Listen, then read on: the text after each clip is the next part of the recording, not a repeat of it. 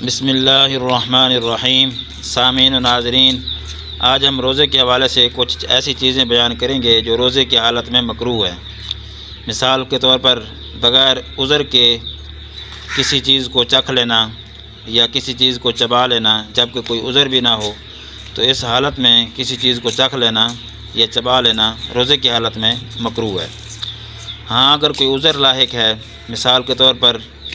اگر عورت کھانا تیار کرتی ہے لیکن اس کا خامد جو ہے وہ سخت مزاج ہے، جس کی وجہ سے عورت کھانا احتیاط سے بناتی ہے کہ اس کے اندر نمک کم نہ ہو جائے یا نمک کے اندر زیادتی نہ ہو جائے، تو اس بنا پر اگر عورت اس سالن کے شوربے کو چکھ لیتی ہے تو اس کے لیے عذر کی وجہ سے روزے کے اندر کوئی کراہت نہیں ہوگی۔ لیکن چکھنے کا ایک طریقہ ہے، چکھنے کا ایک طریقہ روزے کی حالت میں یہ ہے کہ جب عورت شوربہ چکھے گی تو اس انداز سے چکھے کہ زبان کی نوک کے ساتھ چکھے کہ جس کی وجہ سے جس کے چکھنے سے شوربے کا کوئی جز جو ہے وہ حلق کی طرف نہ جائے۔ اگر حلق کی طرف جائے گا تو پھر اور حکم ہے، اس لیے حکم یہ ہے کہ چکھ سکتی ہے عذر کی بنا پر، لیکن اس انداز سے چکھے کہ کسی شوربے کا جو جز ہے وہ کوئی حلق کی طرف نہ جائے۔ تو اسی طرح ایک عذر یہ بھی بنتا ہے کہ اگر کوئی بچہ ہے جو دودھ پینے والا ہے، اب گھر کے اندر اس کے لیے دودھ پینے کے لیے بھی نہیں پڑا ہوا اور کوئی نرم کھانا بھی اس کے لیے نہیں پڑا ہوا، اور حیض و نفاس والی عورت جس پر روزہ فرض نہیں ہوتا وہ بھی وہاں پر موجود نہیں ہے، اس طرح کوئی نابالغ بچہ بھی وہاں پر موجود نہیں ہے جس پر روزہ فرض نہیں ہوتا، اور اس طرح کوئی مریض بھی نہیں ہے جس نے روزہ رکھا ہوا نہیں ہوتا، جس طرح مرض کی حالت میں شریعت میں اجازت ہے کہ وہ روزہ نہ رکھے، وہ بھی وہاں پر موجود نہیں ہے۔ تو اب اس عورت جو روزے دار ہے جس کے پاس یہ اسباب نہیں ہے، کوئی ایسی عورت نہیں ہے جس پر روزہ فرض نہ ہو، کوئی بچہ نہیں ہے جس پر روزہ فرض نہ ہو، تو اب وہ عورت بچے کو کھانا کھلائے تو اس کے لیے عذر بنتا ہے کہ عذر کی بنا پر جو اس کے پاس کھانا میسر ہے اس کھانے کو اپنے منہ کے ساتھ دانتوں کے ساتھ اگر وہ چبا کر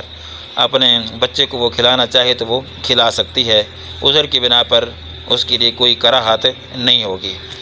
اسی طرح ایک مسئلہ ہم اور بھی بیان کرتے ہیں کہ روزے کی حالت میں کچھ لوگ ایسے ہوتے ہیں جو تھوک اپنے منہ میں جمع کرتے رہتے ہیں اور وہ تھوک جمع کر کے پھر اس کو واپس نگل لیتے ہیں۔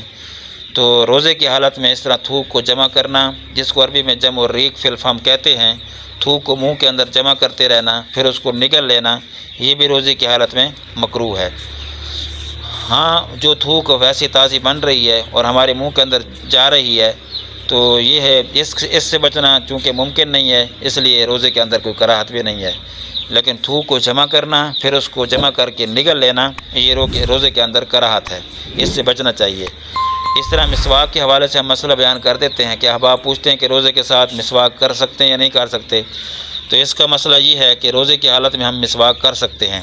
صبح کے وقت کرنا چاہیں تب بھی کر سکتے ہیں، شام کو کرنا چاہیں تو تب بھی کر سکتے ہیں، یعنی افطاری سے پہلے کرنا چاہیں تب بھی کر سکتے ہیں۔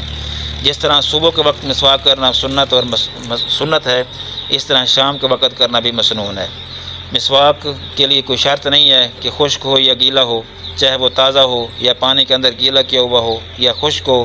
جس صورت میں بھی مسواک میسر ہوتا ہے، مسواک کرنے سے روزے کے اندر کسی قسم کی کوئی کراہت نہیں ہے، روزہ بلا کراہت جائز ہوگا۔